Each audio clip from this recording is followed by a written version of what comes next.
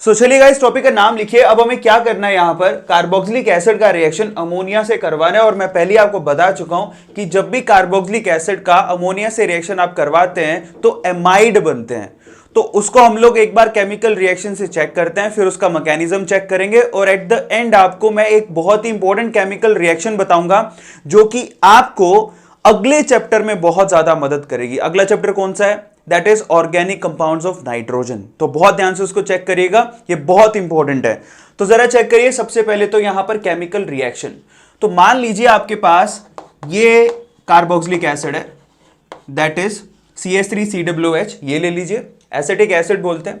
अगर आपने इसका रिएक्शन अमोनिया से करवाया, ठीक है, सो एक इंटरमीडिएट बनेगा, यहां पे intermediate we can say salt बनेगा, ठीक है। सो क्या होगा? CH3COONH4, ठीक है। अमोनियम एसिटेट भी कहते हैं इसको, ये माइनस और ये प्लस, अमोनियम एसिटेट बनेगा। लेकिन जैसे ही आप थोड़ा सा भी हीट कर दोगे इसको, तो यहां से क्या होगा जरा चेक करो। 2 हाइड्रोजन और 1 ऑक्सीजन यहां से बाहर निकलेगा, मतलब वाटर का मॉलिक्यूल यहां से बाहर निकल रहा है। और यहां से क्या बनेगा? अब वाटर का मॉलिक्यूल बाहर निकाल दीजिए, 2 हाइड्रोजन और 1 ऑक्सीजन, तो यहां से क्या बनेगा? एमाइड की फॉर्मेशन हो जाएगी। ये लीजिए, इसको एसेटामाइड भी कहते हैं, एसेटामाइड। अब मैं आपको एक बात बताता हूं, मैं ये सारी चीजें आपको मैकेनिज्म के थ्रू भी बताऊंगा, ये ध्यान रखिएगा आप लोग।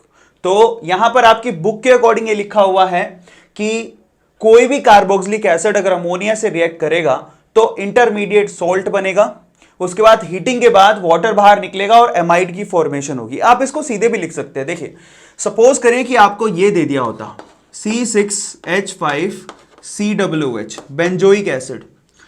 इसमें अगर एरो पर लिखा हुआ है फर्स्ट ऑफ ऑल तो अमोनिया, और फिर आपका लिखा हुआ है यहां पे हीटिंग, तो आप यहां सीधे लिख सकते हैं, कोई प्रॉब्लम नहीं है। आपको क्या करना है? अमोनिया और हीटिंग, इसका रिस्पेक्टिव एमाइड बना के दे देना है आपको।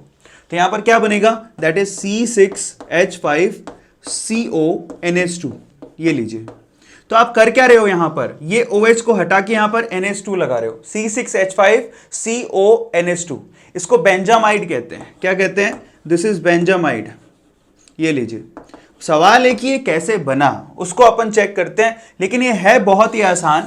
अगर आपका कोई भी कार्बोक्सिलिक एसिड है तो उसका एमाइड बना दीजिए, आपको कुछ नहीं करना है। मैं आपको स्ट्रेट फॉरवर्ड बताऊं तो ये लास्ट में जो OH है उसको हटा के आपको NH2 लगाना है, बस इतना ही। क्लियर हो गया? आप यहां से यहां सीधे भी जा सकते हैं। अगर एरो पर सीधे लिखा है अमोनिया और सेकेंड नंबर पे लिखा हुआ है हीटिंग, तो सीधे जा सकते हैं, आपको जरूरत नहीं है यहां पर रुकने की। क्लियर हो गया? अब इसके मैकेनिज्म को चेक करते हैं कैसे हुआ होगा। So will see mechanism. तो देखिए, चलिए गाइस, इसकी मैकेनिज्म को चेक करते हैं, बहुत ही इंपॉर्टेंट है, ध्यान से उसको चेक करिएगा। देखिए, सपोज करिए कि आपके पास यहां पर एसिटिक एसिड आपने लिया, CH3, उसके बाद C double bond O and then this one is OH। इसकी रिएक्शन जैसे आप अमोनिया के साथ करवाएंगे, यहां पर मैं लिख देता हूं NH3। आपको पता है यहां पर जो नाइट्रोजन है उसके पास क्या होते हैं? Lone pairs. लोन पेयर होता है कि नहीं होता? एक लोन पेयर होता है। तो अब यहां पे कैसे काम करेगा? एज अ न्यूक्लियोफाइल, क्योंकि इसके पास इलेक्ट्रॉन्स हैं। अच्छा, यहां पर न्यूक्लियोफिलिक सेंटर कौन सा होगा? कार्बन। ऐसा क्यों? क्योंकि कार्बन के ऊपर ऑक्सीजन है, यहां पर भी ऑक्सीजन है, ये दोनों इलेक्ट्रोनेगेटिव होते हैं, और ये है यहां पर पॉजिटिव का साइन। क्यों? क्योंकि ये दोनों इलेक्ट्रोनेगेटिव हैं, इलेक्ट्रॉन्स को अपनी तरफ खींचेंगे। तो इस केस में क्या करेगा? नाइट्रोजन यहां पर अपना लोन पेयर इस कार्बन को डोनेट करेगा, और ये जो ऑक्सीजन है इन इलेक्ट्रॉन्स को, पाई इलेक्ट्रॉन्स को अपनी तरफ खींचेगा। हमेशा ऐसा ही होता है, आपको बस ये चेक करना होता है कौन है न्यूक्लियोफाइल, कौन है इलेक्ट्रोफाइल, कौन किस पे अटैक करेगा। अगर आप ये पहचान लो तो प्रोडक्ट बनाने बहुत आसान है। तो अब चलिए यहां पर हम लोग आगे चलते हैं। अब इसका बॉन्ड इससे फॉर्म हो चुका है और इसने पाई बॉन्ड तोड़ दिया है, तो क्या बनेगा? ये बना आपके पास CH3C, O पे आ गया नेगेटिव। यहां पर देखिए NH2, और इसको मैं एक हाइड्रोजन को बाहर निकाल के लिख देता हूं। NH3 पूरा जुड़ चुका है, NH2NH लिख दिया, और इसमें नाइट्रोजन पे आ जाएगा पॉजिटिव, क्योंकि नाइट्रोजन ने इलेक्ट्रॉन डोनेट किए हैं। और साथ में देखिए यहां पर ये O and then this one is H, दिखाई दे रहा है सब लोगों को? अब ध्यान से चेक करिएगा, बहुत इंपॉर्टेंट है। अब यहां पर देखिए इस ऑक्सीजन के पास क्या है? इलेक्ट्रॉन देने को है। अब होगा कुछ यूं, नाइट्रोजन की इलेक्ट्रोनेगेटिविटी अच्छी खासी होती है और उस पे पॉजिटिव का साइन, तो इसको अब तुरंत इलेक्ट्रॉन चाहिए एनी हाउ। तो ये क्या करेगा? ये हाइड्रोजन से दोनों इलेक्ट्रॉन्स को अपनी तरफ खींचेगा और ये हाइड्रोजन H+ की फॉर्म में बाहर निकलेगा। अब इसकी मदद कौन करेगा? ये ऑक्सीजन।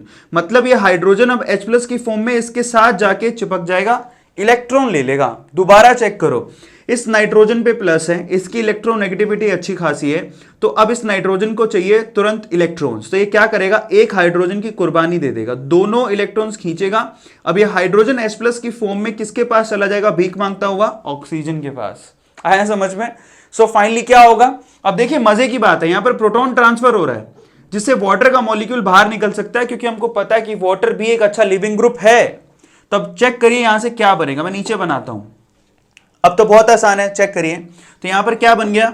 CH3, उसके बाद C, ऑक्सीजन पे आ गया है माइनस, और यहां पर OH2, और यहां पर आ गया है पॉजिटिव। चेक करिए भाई, अब इस ऑक्सीजन ने इस हाइड्रोजन को मदद करा, इसको अपने साथ जोड़ा, और एक अच्छा लिविंग ग्रुप तैयार हो गया। वहां पे H2 आसानी से बाहर निकल सकता है। अब देखिए यहां पर आसानी से बाहर निकल सकता है, और नीचे हमने क्या छोड़ दिया था? NH2, उसको लिख देते हैं। अब देखिए आप प्रोडक्ट बनाने के बिल्कुल नजदीक हो, आपको अब क्या करना है? बहुत ही सिंपली वाटर का मॉलिक्यूल बाहर निकलेगा कैसे? ये ऑक्सीजन वापस से बैक बॉन्डिंग करेगा, इलेक्ट्रॉन्स को वापस फेंकेगा।